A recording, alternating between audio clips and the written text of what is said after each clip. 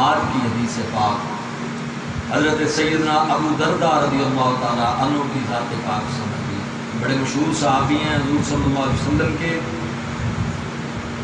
بڑی توجہ طلب حدیث ہے۔ عن ابی درداء رضی اللہ تعالیٰ عنہ قال سمعت رسول اللہ صلی اللہ علیہ وسلم یقول ما من مسلم یرد عن ارض اخیہ الا کان حقا علی اللہ ان یرد عنہ نار جہنم یوم القیامہ۔ حضرت ابو درداء رضی اللہ تعالیٰ عنہ سے مروی ہے، آپ فرماتے ہیں کہ میں نے رسول پاک صلی اللہ علیہ وسلم سے سنا، نبی علیہ الصلوۃ والسلام ارشاد فرما رہے تھے، کوئی بھی مسلمان جو اپنے مسلمان بھائی کی عزت کا دفاع کرے، اس کی پشت کے پیچھے، اس کی پیٹھ پیچھے اپنے مسلمان بھائی کی عزت کا دفاع کرے، الا کان حقا علی اللہ ان یرد عنہ نار جہنم یوم القیامہ،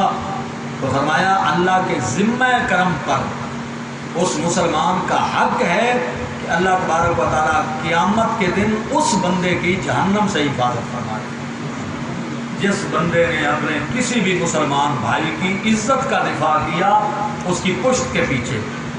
عزت کا دفاع کرنے کے کئی مطلب ہیں۔ ایک تو یہ ہے کہ کوئی کسی کی پشت پیچھے اس کا گلہ کر رہا تھا، غیبت کر رہا تھا، چگلی کر رہا تھا، اگلے مسلمان نے اسے ٹوک دیا،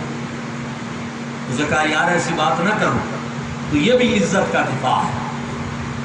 یا کوئی ویسے اللہ معاف فرمائے کسی کی ماں بہن بیٹی کی طرف بری توجہ کر رہا تھا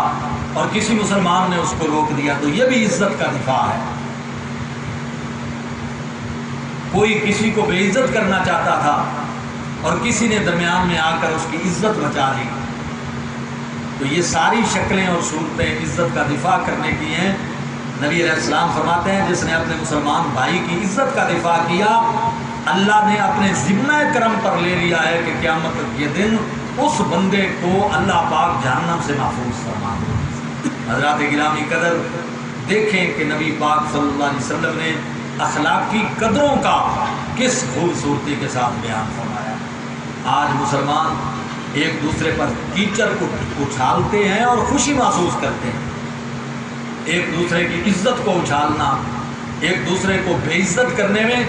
دلی تسکین محسوس کرتے ہیں، جبکہ نبی پاک صلی اللہ علیہ وسلم ارشاد فرماتے ہیں کہ جس نے کسی مسلمان کی عزت کا دفاع کیا، اللہ تعالیٰ پر اس کا حق ہے کہ قیامت کے دن اللہ اس سے جہنم کی آگ سے محفوظ فرمائے۔ دوسری حدیث پاک سماعت فرمائیں، بڑی خوبصورت حدیث ہے، یہ بھی پیارے مصطفیٰ کریم صلی اللہ تعالیٰ علیہ وآلہ وسلم کا فرمان ہے۔ بڑی مختصر اور شارٹ حدیث ہے، لیکن بہت ہی خوبصورت حدیث ہے۔ میرے مصطفیٰ کریم صلی اللہ تعالی وسلم نے ارشاد فرمایا، اور اس کی راویہ ام المومنین سیدہ عائشہ الصدیقہ رضی اللہ تعالیٰ عنہا، حضرت ام المومنین عائشہ صدیقہ رضی اللہ تعالیٰ عنہا حضور کی وہ زوجہ ہیں کہ جس زوجہ سے نبی پاک علیہ السلام کی امت کو دین کا علم ملا۔ حضرت ام المومنین خدیجۃ الکبریٰ اور حضرت ام المومنین عائشہ الصدیقہ، یہ دونوں ازواج مطہرات حضور صلی اللہ علیہ وسلم کی، ان کا بہت بڑا کنٹریبیوشن ہے نبی پاک کے دین میں۔ حضرت اماں خدیجۃ الکبریٰ نے دین کو پالا ہے گھر میں، ابتدائی لمحات میں جب آغاز تھا دین کا تو خدیجۃ الکبریٰ نے ماں بن کر دین کو پالا ہے، اور حضرت ام المومنین عائشہ الصدیقہ نے جب امت کی عورتوں کو، بچیوں کو نبی پاک علیہ السلام کے دین کی تعلیم کی ضرورت تھی تو وہ بیڑا حضرت عائشہ پاک نے اٹھایا ہے، اور نصف علم امت کو جناب ام المومنین سیدہ عائشہ صدیقہ رضی اللہ تعالیٰ عنہا سے ملا ہے۔ اور آپ کے علم میں ہونا چاہیے کہ حضرت عائشہ پاک جو ہیں حافظ الحدیث ہیں، نبی پاک علیہ السلام کی حدیث کی حافظہ ہیں۔ حضرت ابو ہریرہ رضی اللہ تعالیٰ عنہ کے بعد نبی پاک علیہ السلام کی جتنی احادیث حضرت عائشہ صدیقہ سے مروی ہے، کسی بھی اور صحابی سے اتنی احادیث مروی نہیں ہے۔ سب سے پہلا نمبر جناب ابو ہریرہ کا ہے رضی اللہ تعالیٰ عنہ، حافظ الحدیث ہیں، اور دوسرا نمبر روایات حدیث میں حضرت ام المومنین عائشہ الصدیقہ 4000 سے اوپر حدیث ام المومنین عائشہ نے رسول پاک سے روایت فرمائی۔ کتنی بڑی شان ہے مومنوں کی اس ماں کی کہ جس کو اللہ تعالیٰ نے قاسم علم بنایا ہے، اور رسول پاک نے قاسم علم بنایا ہے، اور نبی پاک کی امت کی بچیوں کو، عورتوں کو، ماؤں بہنوں بیٹیوں کو زیادہ تر علم جو ہے وہ عائشہ الصدیقہ رضی اللہ تعالیٰ عنہا کے وسیلے سے ملا ہے اور آپ کی بارگاہ سے عطا ہوا ہے۔ حضرات گرامی قدر، جو مومنوں کی مائیں ہیں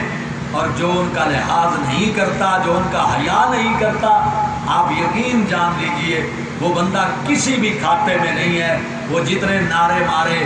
اور جس طرح کے نعرے مارے اس کا کوئی اعتماد نہیں ہے، نہ اس کی کوئی دین میں بکت ہے۔ مجھے آپ یہ بتائیں، ایسا ہو سکتا ہے کہ رسول اپنے حرم کو بک بک کرنے والوں کو گلے سے لگا دیں؟ ایسا نہیں ہو سکتا۔ ایک عام آدمی اپنی بیوی کی عزت اچھالنے والے کو منہ نہیں لگاتا، تو رسول پاک اپنی زوجہ محترمہ کی عزت اچھالنے والوں کو منہ لگائیں گے؟ قیامت کے دن ایسا ہو ہی نہیں سکتا۔ وہ عائشہ الصدیقہ رضی اللہ تعالی عنہا فرماتی ہیں ان النبی صلی اللہ علیہ وسلم قال، نبی علیہ السلام نے ارشاد فرمایا انزل الناس منازلهم۔ بڑی پیاری حدیث ہے۔ سرکار فرماتے ہیں لوگوں کو ان کی قدر اور عزت کے مطابق مقام دو، لوگوں کی عزت کرو ان کے مرتبے کے مطابق، ریسپیکٹ ایبل لوگوں کی عزت کرو، اور کرو جتنا جس کا مقام ہو اس کے مطابق اس کی عزت کرو۔ حضرات گرامی، یہ دین میں بھی چلتی ہے اور دنیا میں بھی چلتی ہے۔ نبی علیہ الصلوۃ والسلام کی یہ حدیث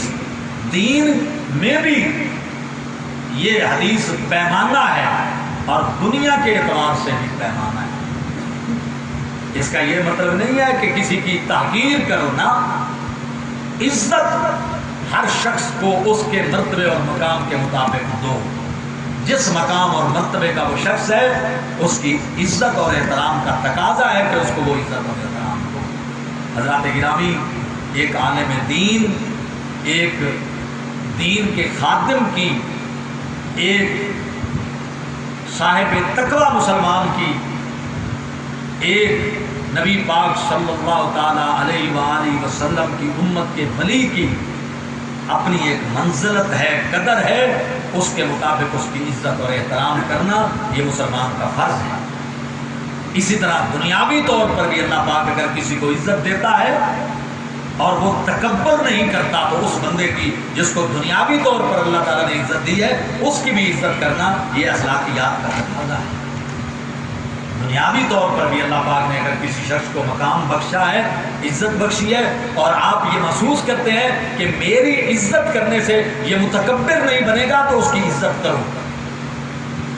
چاہے دنیاوی اعتبار سے ہو یا دینی اعتبار سے ہو۔ اللہ تعالیٰ نے بندوں کو مختلف مقامات سے نوازا ہے اور جتنے مقام کا کوئی آدمی ہے اس کی عزت کرنی چاہیے۔ حضرت سعد بن معاذ رضی اللہ تعالیٰ عنہ قبیلہ انصار میں سے تھے اور قبیلہ اوس انصار کی جو شاخ ہے اس میں سے تھے، اور ایک مرتبہ مسجد نبی میں آئے تو نبی پاک نے صحابہ کو حکم دیا باقاعدہ، قوموا الی سیدکم، اپنے سردار کا کھڑے ہو کر استقبال کرو۔